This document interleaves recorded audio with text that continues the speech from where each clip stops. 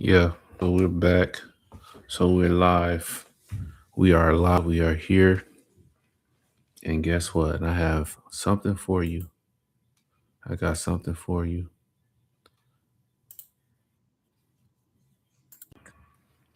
Before he invited me, one time a nigga that I knew that I used to work with invited me over to his house to smoke. Before he invited me over, I explained to him I was waiting for my Chinese food. It was snowy, it was cold, and I wasn't trying to go nowhere. He said to me, I know you can't smoke in the crib that you stay in, which was true because I was staying with somebody who did not allow me to smoke in their house, even though I had been living there for years, which, okay, fine, whatever. Yeah, I'm a pothead, but I ain't a pothead like that. So he asked me, and I'm like, nah, I'm good. I'm staying in. He asks me again like an hour later, and I'm just like, yeah, well, I don't know. Like, I'm chilling. He like, Ladies, you need to be careful. If a guy invites you over to smoke, you need to watch out. Because a lot of times he's trying to do something. He's trying to do something. I'm like, listen, if you trying to look for sex, I'm not your girl. Like, I'm not the one. I'm not trying to have sex. Blah blah blah. He like, nah, it's not sex. It's just that it's snowing. Like, I'm bored. We could just smoke up and chill.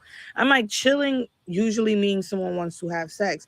If I come over there, I'm being very clear. I do not want to have sex.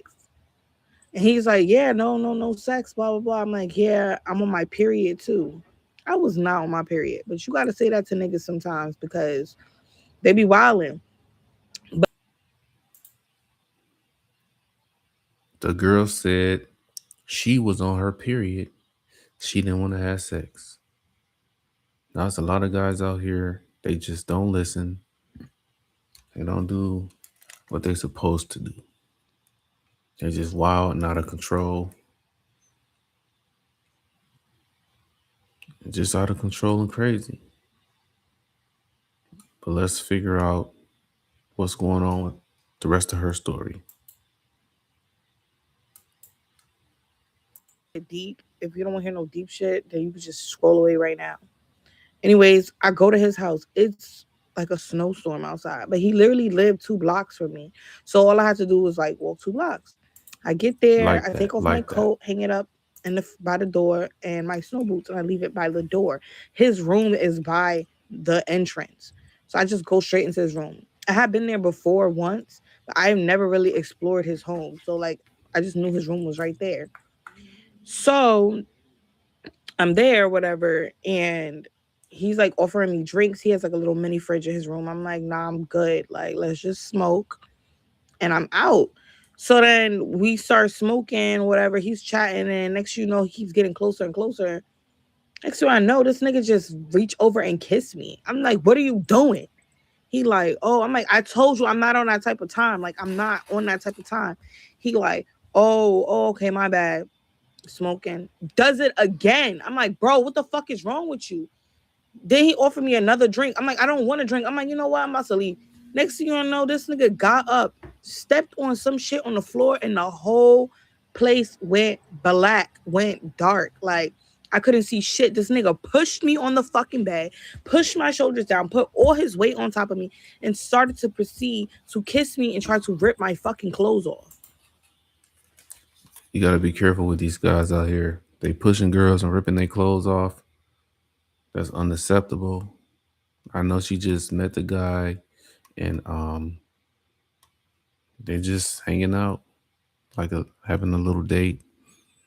But he's out of control. He has no respect for himself. He has no respect for her, and she's in a bad situation. Let's figure out what's going on. In my head, I'm like, I can't believe this is happening. This dude is trying to SA me. Like, he's really trying to SA me right the fuck now. Like, is he like, I just can't believe it. All I'm thinking in my head is like, I don't want to do this, and I can't believe this is happening. Thank God I had on so many fucking layers of clothes because it was snowing outside. So I had like 4 pants on. So the nigga was struggling. And I had the swish pants on. So he was extra struggling because he was slipping. So I'm like thinking in my head, like, what can I do to get this nigga to fuck off of me? Like, I gotta get out of here. This is not happening to me. Like, I refuse to let this man essay me. Like, no. So as he's on top of me, I was trying to like scream a little bit, and then he covered my mouth. So because he covered my mouth, I'm like, let me just shut the fuck up. At first, I thought about biting his hand, but I was like, damn, he might punch me. So The girl should have bit him. The dude tried to SA her. He was doing all this crazy stuff. Man, just you need to carry weapons. You females out there, you need to carry guns. You need to be strapped. If you're going over a dude's house, you need a taser, pepper spray, you need a Glock, you need something. let me think of something smarter.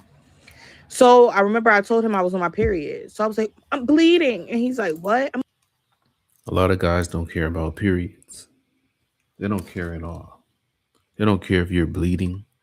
There's some freaky dudes out here who like to play in blood. Like they just wow. They're crazy, out of control. And you ladies, you need to protect yourselves and watch out for these crazy guys. I'm like, oh my God, it's coming out. That shit must have scared him a little bit because he like lifted up a little bit off of me. And that helped me escape because when he lifted up, I slid down. Like I slid from under him, fell off the bed, was crawling on the floor, just going like this, hitting to figure out what the fuck he did to turn the light off. So I feel the switch on the floor. I hit it, the light come on, and I'm like, I gotta go to the bathroom. I'm bleeding. And I run out and I run towards the bathroom because I wanted to run out the door, but like it was just the way the door was set up and his room being right there. Like he would have caught me, he would have snatched me. So I try to run to down the hall to the bathroom, but I ain't never really explored his home before. So like I didn't even really know where I was going. I see the bathroom, I get in the bathroom and I just stand in the frame of the bathroom. Like I'm just standing there. Like I didn't even go all the way inside the bathroom because I noticed that down the hall is the living room and I see a reflection of mad fucking shadows in the living room. I didn't even know anybody was there. So I started listening and then I realized that there's mad niggas in the living room. Like all the niggas that be in front of that building was in that living room. Some hood ass niggas. Only thing I can think in my head is this: they trying to gangbang me. Like they about to essay me. All of them is about to just take turns on me like I'm some type of stripper. So when I realized there's a whole bunch of dudes in the living room, my heart is beating. Now I'm really fucking scared. Like y'all don't understand. I was so damn scared. So then I just creep down the hallway back into the front where my coat and my snow boots were. I had already grabbed my purse when I ran out the room because remember I'm on my period, so I need my pad. As I'm trying to put on my snow boots and grab the coat, I'm like, fuck putting these snow boots on, and I'm just unlock the door and I'm gonna leave. I'm trying to run. So the moment I went to unlock the door, this nigga just busted out the room like, where you going? Where you go? Yo, when I tell you it was mad locks on the door. I was like, yo, so nervous. I finally opened the door. I didn't even have no shoes on, nothing. And again, ladies, be careful with these guys because they out of control. They have no morals, no self-respect. You have to be careful. You have to watch out. Take care of yourself. And again, get guns, get a Glock, handle your business. Hey y'all, sorry. One time, a nigga that I knew. And we're out. We are definitely out of here.